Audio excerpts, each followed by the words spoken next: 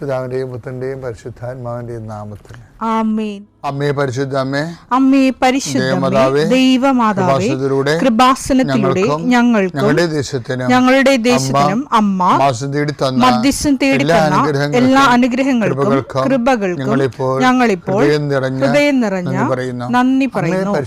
അമ്മേ പരിശുദ്ധമേ, ദൈവമാതാവേ, 2004 ഡിസംബർ 7 ഉച്ചകഴിഞ്ഞ് 2:30 കൃപാസനത്തിൽ സംഭവിച്ച അമ്മയുടെ പ്രത്യക്ഷപ്പെടലിനെക്കുറിച്ച് തിരുസഭയ്ക്ക് സമർപ്പിച്ചിരിക്കുന്ന പഠനരേഖകളുടെ മേൽ സഭാത്മകമായ പഠനം ആരംഭിക്കുവാൻ ഞങ്ങൾ പ്രാർത്ഥിക്കുന്നു. അമ്മേ പരിശുദ്ധമേ, ഭൂസ്വർലോകങ്ങളുടെ രാജ്ഞിയായ അങ്ങേയ്ക്ക് ഭൗമസംരക്ഷണത്തിനായി പ്രപഞ്ചപ്രകൃതിയെ തന്നെ തിരുസഭ പ്രതിഷ്ഠിക്കുവാൻ ഈ പ്രത്യക്ഷീകരണം വഴി ഇടയാക്കണമേ. പരിശുദ്ധമേ, ജപമാല മാതാവേ, സകല കൃപാസനം പ്രാർത്ഥനയോടും ചേർത്ത് ഞങ്ങളിപ്പോൾ പ്രാർത്ഥിക്കുന്ന ഈ കുടുംബത്തിന്റെ പ്രത്യേക നിയോഗം പറ മക്കളെ.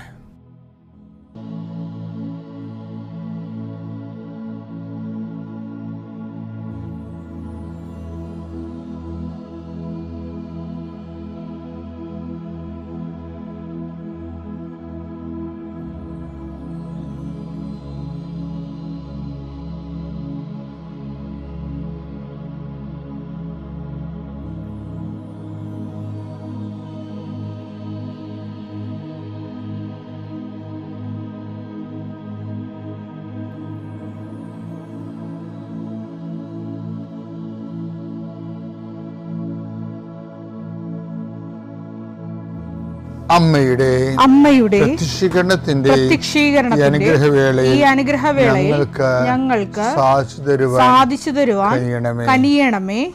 ആമേൻ. കർത്താവേ, നിന്റെ ഉന്നതമായ നാമത്തിന് സ്തോത്രം ചെയ്യുന്നു. കർത്താവേ, നിന്റെ വിശുദ്ധ പൗരോഹിത്യത്തെ മഹത്വപ്പെടുത്തണമേ. കർത്താവേ, സഭയിലുള്ള സാന്നിധ്യം പ്രകടമാക്കണമേ. 40 വർഷം ഞാൻ അർപ്പിച്ച കുർബാനയുടെ യോഗ്യതയെ കൃപാസ്ഥാനത്താറെ ജീവനോടെ പ്രത്യക്ഷപ്പെട്ട പരിശുദ്ധ അമ്മയുടെ മാധ്യസ്ഥത്തിൽ ഞാൻ അങ്ങയുടെ മക്കൾക്ക് വേണ്ടി പ്രാർത്ഥിക്കുന്ന കർത്താവേ, ലോകം മുഴുവനും ഉണർന്നിരിക്കുന്ന സമയത്ത് ഈ പ്രാർത്ഥനയിൽ പങ്കെടുക്കുന്ന ഓരോ മക്കള്, ഇന്ന് കടന്നു പോകുന്ന ഓരോ വഴികള്, ഓരോ ഉദ്യമങ്ങള്, ഓരോ ജീവിത ലക്ഷ്യങ്ങള്, അമ്മേ പരിശുദ്ധമേ, ദേവമാതാവേ, കൃപാസ്ഥാനത്താറെ ജീവനോടെ പ്രത്യക്ഷപ്പെട്ട അമ്മയുടെ സാന്നിധ്യം, സഞ്ചാരി മാതാവേ, സമയത്തിൻ്റെ അധികാരി, ഈ മക്കളുടെ കൂടെ പോകണമെന്ന് പ്രാർത്ഥിക്കുന്നു. കർത്താവെ, മനസ്സ് വേദനിക്കുന്ന എല്ലാ വിഷയങ്ങളും, അവരുടെ മനസ്സ് വേദനിപ്പിക്കുന്ന എല്ലാ വ്യക്തികളും ഇപ്പോഴും ഈശോയുടെ നാമം നിർവീര്യമാകട്ടെ. കർത്താവെ, മനസ്സ് വിഷമിപ്പിക്കുന്ന സാഹചര്യങ്ങൾ, ചെയ്തെടുക്കേണ്ട ഉത്തരവാദിത്തങ്ങൾ, മറ്റുള്ളവർ നമ്മളെ പഴി പറയാൻ സാധ്യതയുള്ള എല്ലാ വിഷയത്തിൻ്റെ മേലും കർത്താവിൻ്റെ കരുണ ചൊരിയുകയും നിങ്ങളെ കർത്താവ് ഇന്ന് നിലനിർത്തി തരികയും ചെയ്യട്ടെ. നിങ്ങൾ പോകുന്ന വഴികൾ, കണ്ടുമുട്ടുന്ന വ്യക്തികൾ, ചെയ്യുന്ന കാര്യങ്ങൾ, യാത്ര ചെയ്യുന്ന വാഹനങ്ങൾ, ഒപ്പിടുന്ന പേപ്പറുകൾ, കൈമാറുന്ന രേഖകൾ, കഴിക്കുന്ന മരുന്ന് എല്ലാം മാതാവിൻ്റെ മധ്യസ്ഥത്തിലെ യേശുനാമത്തിൽ അനുഗ്രഹിക്കപ്പെടുകയും നീ ദൈവത്തെ അനുഭവിക്കാൻ ഇന്ന് നിന്നെ സഹായിക്കുകയും ചെയ്യട്ടെ. നിത്യപിതാപുത്രനും പരിശുദ്ധാത്മാശ്രേഷ്ഠ നീക്കുവാണ്. വിശ്വാസ പ്രമാണം. സർവശക്തനായ പിതാവും ആകാശത്തിന്റെയും ഭൂമിയുടെയും സൃഷ്ടാവുമായ ദൈവത്തിൽ ഞാൻ വിശ്വസിക്കുന്നു. അവിടുത്തെ ഏകപുത്രനും ഞങ്ങളുടെ കർത്താവുമായ ഈശോമിശിഹായിലും ഞാൻ വിശ്വസിക്കുന്നു. ഈ പുത്രൻ പരിശുദ്ധാത്മാവിനാൽ ഗർഭസ്ഥനായി കന്യകാമറിയത്തിൽ നിന്ന് പിറന്ന് പൊന്തിയോസ് പീലാത്തോസിന്റെ കാലത്ത് പീഡകൾ സഹിച്ച് കുരിശിൽ തറയ്ക്കപ്പെട്ട് മരിച്ച് അടക്കപ്പെട്ട് പാതാളങ്ങളിൽ ഇറങ്ങി മരിച്ചവരുടെ ഇടയിൽ നിന്ന് 3-ാം നാൾ ഉയർത്ത് സ്വർഗത്തിലേക്ക് എഴുന്നള്ളി സർവശക്തിയുള്ള പിതാവായ ദൈവത്തിന്റെ വലതുഭാഗത്തിരിക്കുന്നു. അവിടെ നിന്ന് ജീവിക്കുന്നവരെയും മരിച്ചവരെയും വിധിക്കുവാൻ വരുമെന്നും ഞാൻ വിശ്വസിക്കുന്നു. പരിശുദ്ധാത്മാവിലും ഞാൻ വിശ്വസിക്കുന്നു. വിശുദ്ധ കത്തോലിക്കാ സഭയിലും പുണ്യവാന്മാരുടെ ഐക്യത്തിലും പാപങ്ങളുടെ മോചനത്തിലും ശരീരത്തിന്റെ ഉയർപ്പിലും നിത്യമായ ജീവിതത്തിലും ഞാൻ വിശ്വസിക്കുന്നു. ആമേൻ. സുഖസ്ഥനായ ഞങ്ങളുടെ പിതാവേ, അങ്ങയുടെ നാമം പൂജിതമാകണമേ. അങ്ങയുടെ രാജ്യം വരണമേ. അങ്ങയുടെ തിരുമനസ് സ്വർഗത്തിലെ പോലെ ഭൂമിയിലുമാകണമേ. അന്നു വേണ്ടുന്ന ആഹാരം ഇന്ന് ഞങ്ങൾക്ക് തരണമേ. ഞങ്ങളോട് തെറ്റ് ചെയ്യുന്നവരോട് ഞങ്ങൾ ക്ഷമിക്കുന്നത് പോലെ ഞങ്ങളുടെ തെറ്റുകൾ ഞങ്ങളോടും ക്ഷമിക്കണമേ. ഞങ്ങളെ പ്രലോഭനത്തിൽ ഉൾപ്പെടുത്തരുതേ, തിന്മയിൽ ഞങ്ങൾ രക്ഷിക്കണമേ. ആമേൻ. നന്മ തെളിഞ്ഞു മറിയമേ, സ്വസ്തി. കർത്താവ് അങ്ങയുടെ കൂടെ സ്ത്രീകളിൽ അങ്ങ് അനുഗ്രഹിക്കപ്പെട്ടവളാകുന്നു. അങ്ങയുടെ ഉദരത്തിൻ ഫലമായി ഈശോ അനുഗ്രഹിക്കപ്പെട്ടവനാകുന്നു. പരിശുദ്ധ മറിയമേ, തമ്പുരാന്റെ അമ്മേ, പാപികളായ ഞങ്ങൾക്ക് വേണ്ടി ഇപ്പോഴും ഞങ്ങളുടെ മരണസമയത്തും തമ്പുരാനോട് അപേക്ഷിക്കണമേ. ആമേൻ. നമ്മൾ ഇന്ന് ഉടമ്പടിയുടെ നിത്യതയും അനുദിന ജീവിതവും ഒരുപോലെ അഭിസംബോധന ചെയ്യുന്ന ശക്തമായൊരു വചനം ഈ ദിവസങ്ങളിൽ എൻ്റെ ശ്രദ്ധയിൽപ്പെട്ടു. അത് 2 സാമുവേൽ 23:5. 2 സാമുവേൽ 23:5. അവിടുന്ന് എന്നോട് ശാശ്വതമായ ഉടമ്പടി ചെയ്തിരിക്കുന്നു. സുരക്ഷിതമായി സംവിധാനം ചെയ്ത ഉടമ്പടി. അതാണ് നമ്മുടെ ഉടമ്പടി പോലെയാണ്. ഉടമ്പടിയുടെ പ്രത്യേകത അതാണ്. സുരക്ഷിതമായി, ലൂപ്പ് ഹോൾ ഇല്ലാതെ, അതാണ് ഒഴികഴിവില്ലാതെ, പ്രസരണ നഷ്ടമില്ലാതെ സംവിധാനം ചെയ്ത ഉടമ്പടി. അവിടുന്ന് എന്റെ രക്ഷയും അഭിലാഷവും സാധിച്ചു തരും. ഉടമ്പടി ഏറ്റവും ഗുണം ഇതാണ്. രക്ഷ എന്ന് പറഞ്ഞാൽ നിത്യരക്ഷ, അഭിലാഷം എന്ന് പറയുന്നത് എന്താണ്? അനുദിന ആവശ്യങ്ങൾ. അപ്പം അനുദിന ആവശ്യങ്ങൾ നിത്യരക്ഷയും ഒറ്റ പാക്കേജിൽ കിട്ടണ എന്താണ്? അത് ഉടമ്പടിയാണ്. ഉടമ്പടിയിൽ ജീവിക്കുന്ന ആൾക്കാർ വളരെ പെർഫെക്റ്റ് ആയിട്ടുള്ള ദൈവത്തിൻ്റെ പ്ലാനും പദ്ധതിയും അനുസരിച്ച് പരിശുദ്ധാത്മാവ് രൂപകൽപ്പന ചെയ്ത ദൈവാനുഭവത്തിൻ്റെ, ദൈവസംരക്ഷണത്തിൻ്റെ കൃപാസനത്തിലാണെങ്കിൽ നടക്കുന്നത് അതിനേക്കാൾ ശക്തമായ ഉടമ്പടിയാണ്. കാര്യം മാതാവാണ് ഇതിൻ്റെ പ്രയോക്താവും മാധ്യസ്ഥയും ഉടമ്പടിയുടെ. അപ്പം മരിയൻ ഉടമ്പടി എന്ന് പറയുന്നതിൻ്റെ കാരണം അതാണ്. ഒരു മനുഷ്യൻ്റെ ഭൗതികമായ ഇല്ലായ്മകളിലും പരിഹാരമാകാൻ ക്രിസ്തുവിനെ അതിൻ്റെ അകത്ത് ഭാഗമാക്കാക്കുന്നത് ഒരു മരിയൻ കാഴ്ചപ്പാടാണ്. അതാണ് യേശുവിൻ്റെ അമ്മ അവനോട് അവർക്ക് വീഞ്ഞില്ല എന്ന് പറയണത്. അവർക്ക് അവിടെ ഇല്ലായ്മ പറയേണ്ട ആൾ യേശു ആണെന്ന് ലോകത്തിന് ചൂണ്ടിക്കാണിക്കുന്നതും മറിയമാണ്.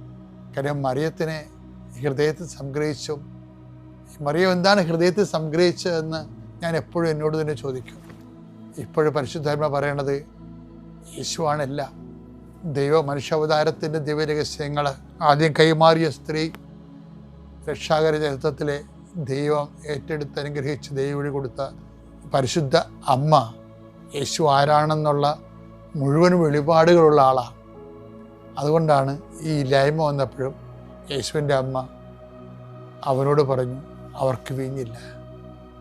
നമ്മുടെ ജീവിതത്തിൽ എന്ത് വന്നാലും മരിയൻ ഉടമ്പടിയിൽ എന്നും ഇതുപോലെ കനായിലെ കല്യാണത്തിൽ എന്നതുപോലെ നിൻ്റെ അമ്മ നിനക്ക് വേണ്ടി യേശുവിനോട് എന്നും നിനക്കത് ലഭിക്കുന്നത് വരെ അമ്മ നിൻ്റെ ആ ഉടമ്പടിയുടെ കാവൽക്കാരിയായിരിക്കും. അതുകൊണ്ടാണ് നമ്മൾ മരിയൻ മിഷൻ, അവൻ പറയണ പോലെ ചെയ്തെന്നാണ് മരിയൻ മിഷൻ. ആ മരിയൻ മിഷനിലാണ് നമ്മൾ നിൽക്കുന്നത്. അത് ഈ നോൻപ് കാലത്ത് അർത്ഥവത്തായിട്ട് ഊർജ്ജസ്വരമായിട്ട് ചെയ്യാൻ ദൈവം നമ്മൾ അനുഗ്രഹിക്കട്ടെ. പിതാവിൻ്റെയും പുത്രൻ്റെയും പരിശുദ്ധാത്മാവിൻ്റെയും നാമത്തിൽ. കഴിഞ്ഞ ദിവസങ്ങളിൽ ആർട്ടിക് ഏരിയ എന്ന് പറഞ്ഞാൽ അലർജി ഡിസീസ്.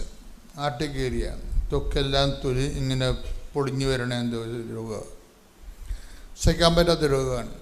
പക്ഷേ അവർ ഉടമ്പടി ചെയ്യാൻ വേണ്ടി വന്നപ്പോൾ അത് മറന്നുപോയി. അവരുടെ വേറെ കുറേ പ്രോബ്ലംസ് ഉണ്ടായ കാരണം അവർ ത്വക്ക് രോഗത്തിന് അനുഭവിക്കുന്ന ഈ പ്രയാസം മറന്നുപോയതാണോ, ഇനി അതൊക്കെ നടക്കുമോ ഇല്ലയോ എന്നൊക്കെ ഡൗട്ടുള്ളതുകൊണ്ട് എനിവേ അവരത് എഴുതിയില്ല. ലിയ കോഴിക്കോട് നമ്മൾ സാക്ഷി ഇന്നലെ പറഞ്ഞതാണ്. ഞാൻ ആ സാക്ഷ്യം ശ്രദ്ധിച്ചായിരുന്നു. അവിടെ സാക്ഷ്യങ്ങൾ മുഴുവനും നിലനിൽക്കുന്ന സാധനം I am in relation with Jesus. അതാണ് സാധനം. ഇപ്പോഴത്തെ ഉടമ്പടി സാക്ഷ്യങ്ങളുടെ ലെവലിൽ കൂടിയിട്ടുണ്ട്. അവരുടെ സാക്ഷ്യങ്ങൾ മുഴുവനും അവർ പറഞ്ഞിങ്ങനെ വരുന്നത് മുഴുവൻ എന്താണ്? ഞാൻ കർത്താവുമായി ഒരു റിലേഷനിലാണ്. അത് വെച്ച് കഴിഞ്ഞാൽ പിന്നീട് അവരുടെ ഇപ്പം നമുക്കറിയാവില്ലേ, ഇപ്പോൾ സങ്കീർത്തനം എടുത്തേ നമ്മളെപ്പോഴും എടുക്കുന്നതാണ്. ഓരോ പ്രഭാതത്തിൽ ശ്രദ്ധിക്കട്ടെ, ഹല്ലേലൂയ ഹല്ലേലൂയ ഹല്ലേലൂയ ഹല്ലേലൂയ ഹല്ലേലൂയ. ഓ ദിവ്യകാരുണ്യമേ, ഓ ദിവ്യകാരുണ്യമേ,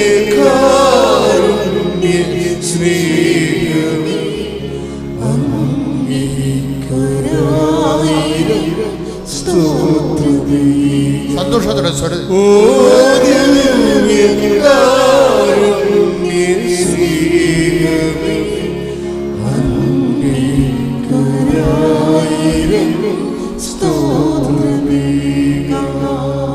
ഇടിമുഴക്കം പോലും ശ്രദ്ധിക്കട്ടെ. ഹല്ലേലൂയ.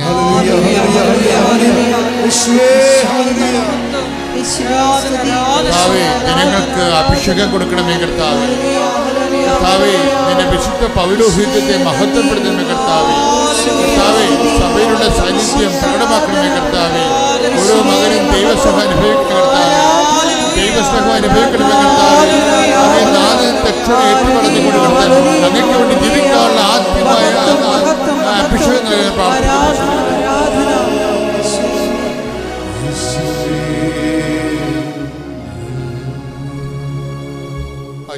വിലാപങ്ങൾ 3:22-23. വിലാപങ്ങളുടെ പുസ്തകം 3-ാം അധ്യായം 22-ാം വാക്യം. കർത്താവിന്റെ സ്നേഹം പറഞ്ഞേ. കർത്താവിന്റെ സ്നേഹം ഒരിക്കലും അസ്തമിക്കുന്നില്ല, ഒരിക്കലും അസ്തമിക്കുന്നില്ല. അവിടുത്തെ കാരുണ്യം അവസാനിക്കുന്നില്ല, അവസാനിക്കുന്നില്ല. ഓരോ പ്രഭാതത്തിലും അത് പുതിയതാണ്, അവിടുത്തെ വിശ്വസ്തത ഉന്നതമാണ്. ഇതിൻ്റെ ഒരു വിഷയത്തിൽ ഓരോ വചനവും നമ്മൾ വായിക്കുമ്പോൾ നമ്മളോട് പറയുന്ന വേറെ വചനമുണ്ട്. വചനം വായിക്കുമ്പോൾ ഞാൻ എപ്പോഴും ഞങ്ങളോട് പറയുന്നത്, നിങ്ങൾ കുറച്ച് നേരം ശാന്തമായിരിക്കണമെന്ന് പറയും, അല്ലേ? എന്താ കാര്യം വെച്ചാൽ വചനം വായിക്കുന്നത് കേൾക്കാനും വേണ്ടിയാണ്. ഓരോ വചനവും നമ്മൾ വായിക്കുമ്പോൾ നമ്മളോട് പറയുന്ന വേറൊരു വചനമുണ്ട്. ഇത് കേൾക്കണം. ഇതാണ് ദൈവം സംസാരിക്കുന്നത്. ഓരോ വചനവും നമ്മൾ വായിക്കുമ്പോൾ നമ്മളോട് പറയുന്ന വേറെ വചനമുണ്ട്. എന്താണ്? കർത്താവിൻ്റെ സ്നേഹം ഓരോ പ്രഭാതത്തിലും പുതിയതാണെന്ന് പറയുമ്പോൾ അതാണ് നമ്മൾ വായിക്കുന്ന വചനം. നമ്മളോട് പറയുന്ന വചനം എന്താണ്? അതുപോലെ നിങ്ങളും ഓരോ പ്രഭാതത്തിലും പുതിയ സ്നേഹത്താൽ ദൈവത്തെ സ്നേഹിക്കണം. ഹല്ലേലൂയ. ദിവ്യകാരുണ്യമേ,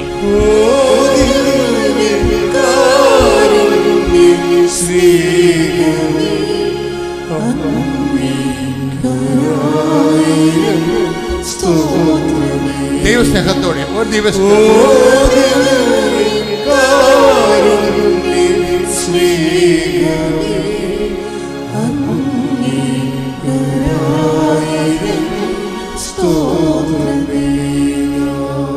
എൻ്റെ മക്കളെ, ജോലി ഇല്ലാത്ത അവസ്ഥ, വീട് ഇല്ലാത്ത അവസ്ഥ, കല്യാണം ഒക്കാത്ത അവസ്ഥ, മക്കൾ ഇല്ലാത്ത അവസ്ഥ, ഈ അവസ്ഥകളെല്ലാം അവിടെ കിടക്കട്ടെ. നിങ്ങളൊരു തീരുമാനം എടുക്കുക. എന്താണ്? ദൈവത്തെ ഞാൻ സ്നേഹിക്കാൻ തീരുമാനിച്ചിരിക്കുന്നു. അത് തീരുമാനിച്ചു കഴിഞ്ഞാൽ പുതിയ സ്നേഹമാണ് കേട്ടോ. എന്താണ് കാര്യം? നമുക്കൊരു ചാലഞ്ച് തന്നിരിക്കുകയാണ്. ഓരോ വചനവും നമ്മൾ കേൾക്കുമ്പോൾ നമ്മളോട് പറയുന്ന വേറെ ഒരു വചനമുണ്ട്. എന്താണ്? മനസ്സിലായില്ലേ? ഓരോ വചനവും നമ്മൾ കേൾക്കുമ്പോൾ ദൈവം നമ്മളോട് പറയുന്ന വേറൊരു വചനമുണ്ട്. എന്താണ്? ഓരോ പ്രഭാതത്തിലും എനിക്ക് നിങ്ങളോടുള്ള സ്നേഹം പുതിയതാണെന്ന് പറയുമ്പോൾ അതിൻ്റെ നമ്മളോട് പറയുന്ന വചനം എന്താണ്? അതുപോലെ നമ്മളും ഓരോ ദിവസവും ദൈവത്തോട് പുതിയ സ്നേഹത്തിലാണ് വളരേണ്ടത്. കർത്താവിൻ്റെ വചനം, അതായത് ഈ ബൈബിളിൻ്റെ ഒരു പ്രത്യേകത എന്നറിയുക, ബൈബിള് ദൈവം ചോക്കായിട്ടാണ് ആൾക്കാർ ഉപയോഗിച്ചിരിക്കുന്നത്. ഇപ്പം അധ്യാപകൻ ഒരു ചോക്ക് കൊണ്ട് ഒരു ബോർഡിൽ ഇങ്ങനെ എഴുതുമ്പോൾ എഴുതുന്നത് അധ്യാപകനാണ്, ചോക്കാണ്? അധ്യാപകൻ ചോക്ക് കൊണ്ട് ഒരു ബോർഡ് എഴുതുമ്പോൾ എഴുതുന്നത് അധ്യാപകനാണ്, ചോക്കാണോ? ഇതുപോലൊരു പ്രശ്നമാണ് വചനത്തിലുള്ളത്. ഇൻസ്പിറേഷൻ്റെ പ്രശ്നം അതാണ്. എന്താണ്? എഴുതണത് ദൈവം ഈ അധ്യാപകൻ ഈ ചോക്ക് കൊണ്ട് എഴുതുകയല്ലേ. അപ്പോൾ ഈ എഴുത്തുകാരൻ എന്ന് പറയുന്നത്, ഇപ്പോൾ പൗലോസ് എഴുതിയ ലേഖനം നമ്മൾ വായിക്കുന്നു, പൗലോസ് ചോക്ക് മാത്രമാണ്. അവിടുത്തെ അധ്യാപകൻ ആരാണ്? പരിശുദ്ധാത്മാവാണ് അധ്യാപകൻ.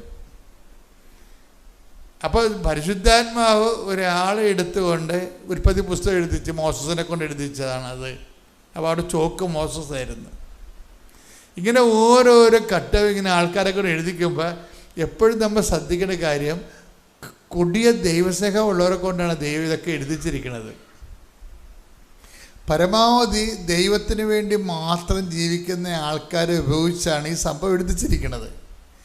പക്ഷേ എഴുതുമ്പോൾ ഉണ്ടാകുന്ന വിഷയം എന്ന് വെച്ച് കഴിഞ്ഞാൽ, അവർക്ക് താങ്ങാൻ പറ്റാത്ത കാര്യങ്ങൾ തന്നെയാണ് ഇതിൻ്റെ അത് വരണത്. കാര്യം അവർക്ക് പോലും അത് മനസ്സിലായി കാണത്തില്ല. ഇപ്പോൾ ഈ സങ്കീർത്തനം എഴുതിയിരിക്കുന്നത് പകുതി മുക്കാലും ദാവീദ. അപ്പോൾ എഴുതുമ്പോൾ എന്താ പറയണത്? ഓരോ പ്രഭാതത്തിലും അവിടുന്ന് നമ്മളോടുള്ള സ്നേഹം, അവിടുത്തെ സ്നേഹം പുതിയതാണെന്ന് പറയണം. ഇപ്പം എന്താ നമ്മുടെ ലക്ഷ്യം? നമ്മൾ ഇത് വായിക്കുമ്പോൾ നമുക്കെന്താണ് നമ്മളോട് പറയുന്ന വാക്ക്?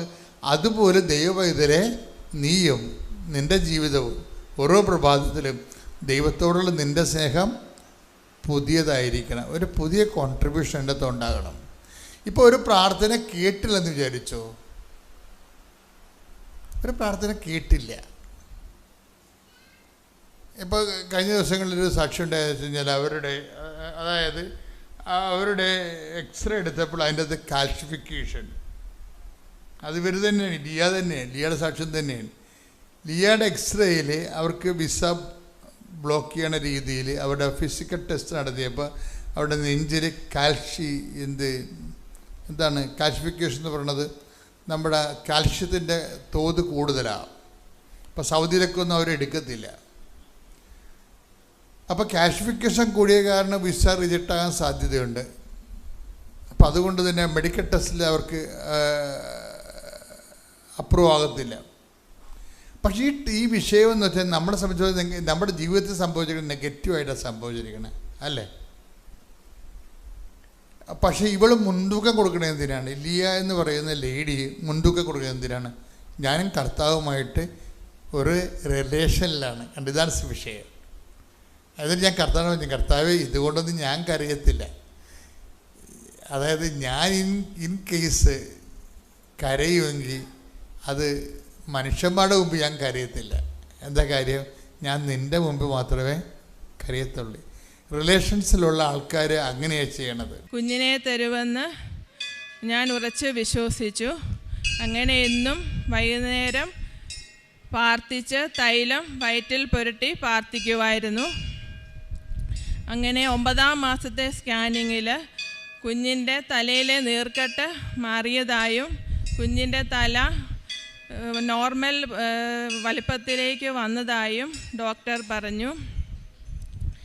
അങ്ങനെ 9 മാസങ്ങൾക്ക് ശേഷം സിസേറിയനിലൂടെ കുഞ്ഞിന് പുറത്തെടുത്തു. നട്ടലിലെ മുഴ ഒരു ഓറഞ്ച് വലിപ്പത്തിൽ ഉണ്ടായിരുന്നു. ഡിസ്ചാർജിന് ശേഷം ഞങ്ങൾ ജോസഫ് അച്ഛനെ കാണാൻ ഇവിടെ വന്നു. അച്ഛൻ കുഞ്ഞിൻ്റെ തലയിൽ നന്നായി കൈവച്ച് പ്രാർത്ഥിച്ചതിന് ശേഷം അച്ഛൻ പറഞ്ഞു, കുഞ്ഞിന് ഓപ്പറേഷൻ വേണ്ടി വന്നേക്കാം, എന്നാലും അമ്മ മാതാവിൻ്റെ അനുഗ്രഹത്താൽ കുഞ്ഞിന് യാതൊരു ബുദ്ധിമുട്ടും യാതൊരു നെർവ് ഡാമേജും കൂടാതെ പൂർണ്ണ ആരോഗ്യത്തോടെ കിട്ടുമെന്ന് അച്ഛൻ പറഞ്ഞു. അതനുസരിച്ച് ഞങ്ങൾ പിന്നീട് കുഞ്ഞിൻ്റെ ഓപ്പറേഷൻ നടത്തി. ഇന്ന് കുഞ്ഞ് പൂർണ്ണ ആരോഗ്യത്തോടെ ഇരിക്കുന്നു. ഒരു നോർമൽ ബേബിയെ പോലെ യാതൊരു കുഴപ്പങ്ങളും കുഞ്ഞിനില്ല. കുഞ്ഞിനെ പൂർണ്ണ ആരോഗ്യത്തോടെ കിട്ടിയത് അമ്മ മാതാവിൻ്റെയും തിരുകുമാരൻ്റെയും അനുഗ്രഹത്താലാണെന്ന് ഞാൻ പൂർണ്ണമായും വിശ്വസിക്കുന്നു. അമ്മ മാതാവിനും ഈശോയോടും 1000 നന്ദി പറയുകയും ചെയ്യുന്നു. ഞാൻ ഇടുക്കി ജില്ലയിൽ തൊടുപുഴ താലൂക്കിൽ നിന്നാണ് വരുന്നത്. എനിക്ക് എൻ്റെ പേര് TP ചാക്കോ. എൻ്റെ മോളാണ് എനിക്ക് വേണ്ടി ഉടമ്പടി എടുത്തത്. എൻ്റെ മോക്കടെ പേര് മീനു. ഞാൻ 2023 ജനുവരി ആദ്യം ശ്വാസകോശ സംബന്ധമായ അസുഖം മൂലം ആശുപത്രിയിലായിരുന്നു. അതിൽ ഒരാഴ്ചയോളം തന്നെ ICUവിൽ തന്നെയായിരുന്നു. അത് കഴിഞ്ഞ് പിന്നെ ബാക്കി ദിവസങ്ങളിൽ റൂമിലൊക്കെ ആയിട്ട് അങ്ങനെ 1 മാസം ആശുപത്രി തന്നെയായിരുന്നു.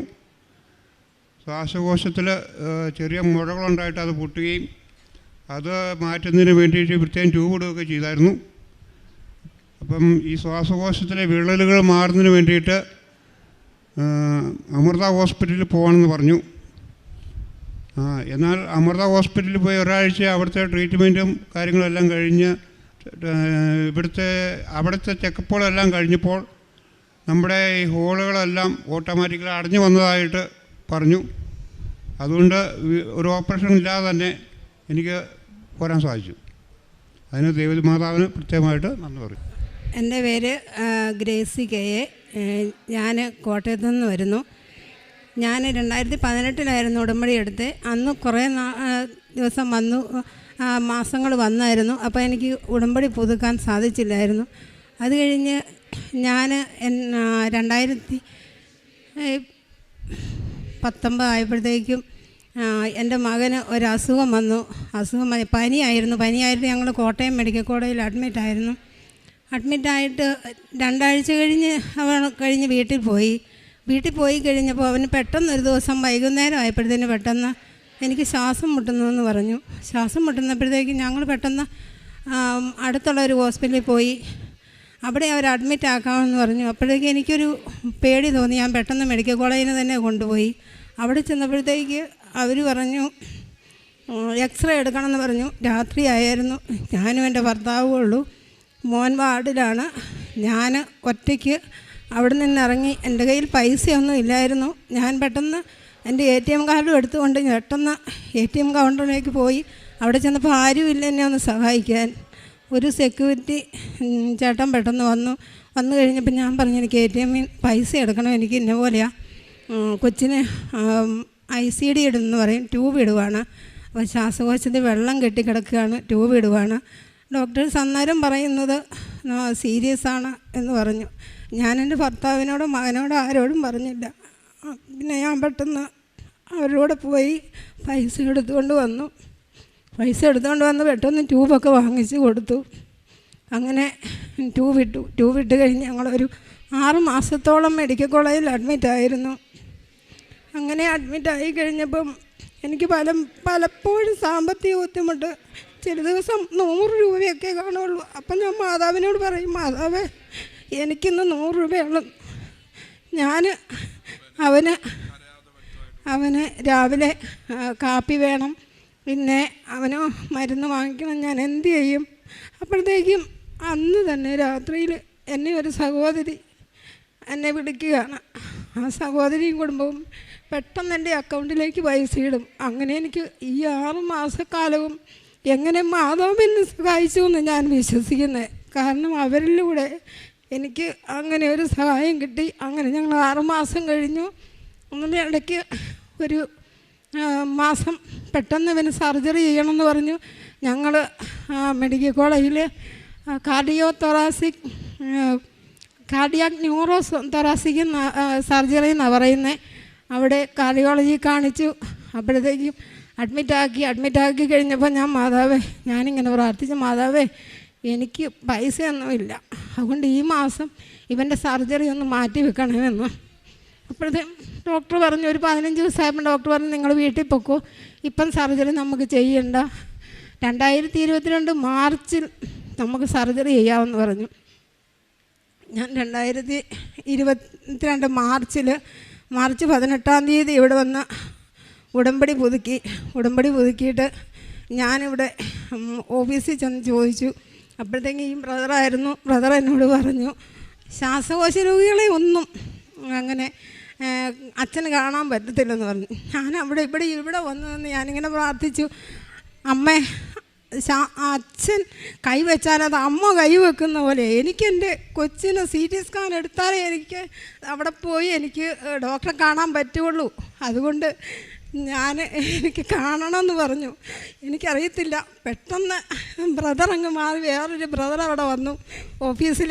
ഞാൻ അവിടെ ചെന്ന് എൻ്റെ കാര്യം പറഞ്ഞു. എൻ്റെ പേപ്പറുകളൊക്കെ ഞാൻ കാണിച്ചു, സ്കാനിങ് പേപ്പറൊക്കെ കാണിച്ചു, മറ്റേ ചീട്ടൊക്കെ കാണിച്ചു, ഡിസ്ചാർജ് കാർഡൊക്കെ കാണിച്ചു കഴിഞ്ഞവൻ പറഞ്ഞു ഒരു ടോക്കൺ തരാമെന്ന് പറഞ്ഞു. 5ാമത്തെ ടോക്കൺ എനിക്ക് കിട്ടി. ഞാനെൻ്റെ മോനെയും കൊണ്ട് ഇവിടെ വന്നു. അച്ഛനോട് ഞാൻ ഒന്നും പറഞ്ഞില്ല. അച്ഛൻ അവിടെ പോയി ഈശോയുടെ തൃപ്പാദത്തിൽ അച്ഛൻ കൈവച്ച് പ്രാർത്ഥിച്ചിട്ട് അച്ഛൻ വന്ന് അവൻ്റെ ഷർട്ട് അച്ഛൻ മാത്രം, ജോസഫച്ചനാണ് അവൻ്റെ ഷർട്ട് അഴിച്ചത്. എന്നോട് പറഞ്ഞു വിശ്വാസപ്രമാണം ചൊല്ലിയാൽ മതി, അവിടെ നിന്ന് അമ്മ ചൊല്ലിക്കോളാൻ പറഞ്ഞു. ഞാൻ വിശ്വാസപ്രമാണം ചൊല്ലി. അച്ഛൻ അവൻ്റെ ഷർട്ട് അഴിച്ചു. അവൻ്റെ ഇടതുഭാഗത്തായിരുന്നു പ്രശ്നം ഉണ്ടായിരുന്നത്. അച്ഛൻ അവിടെ കൈവച്ച് പ്രാർത്ഥിച്ചിട്ട് അച്ഛൻ പറഞ്ഞു, നീ ധൈര്യമായിട്ട് പൊക്കൂ, നീ ഇവിടെ വന്ന് നീ നിൻ്റെ അമ്മയും കൂടി സാക്ഷ്യം പറഞ്ഞേക്കണം. എന്നോടും പറഞ്ഞു സാക്ഷ്യം പറയാൻ ഇവിടെ വന്നേക്കണം, അത് മാത്രം മതിയെന്ന് പറഞ്ഞു. ഞങ്ങളതും കഴിഞ്ഞ് പിറ്റേ ദിവസം പോയി സി ടി സ്കാൻ എടുത്തപ്പോൾ അന്ന് ഡോക്ടർ പറഞ്ഞത് ഇവൻ്റെ ശ്വാസകോശത്തിൻ്റെ ഒരു ഭാഗം മുഴുവൻ കറുത്തിരിക്കുക. അപ്പോൾ ഒരു സർജറി ചെയ്ത് കഴിഞ്ഞ് പിന്നെ രണ്ടാമതൊരു സർജറിയും കൂടെ ചെയ്യണം. അപ്പോഴത്തേക്ക് ശ്വാസകോശം ഒരു ഭാഗത്തെ മുഴുവൻ എടുത്തു കളയും. പിന്നെ എന്നാന്ന് ചോദിച്ചാൽ ഈ കൊച്ച് 27 വയസ്സുള്ള മകനാണ് എൻ്റേത്. അവൻ ഒരു മകൻ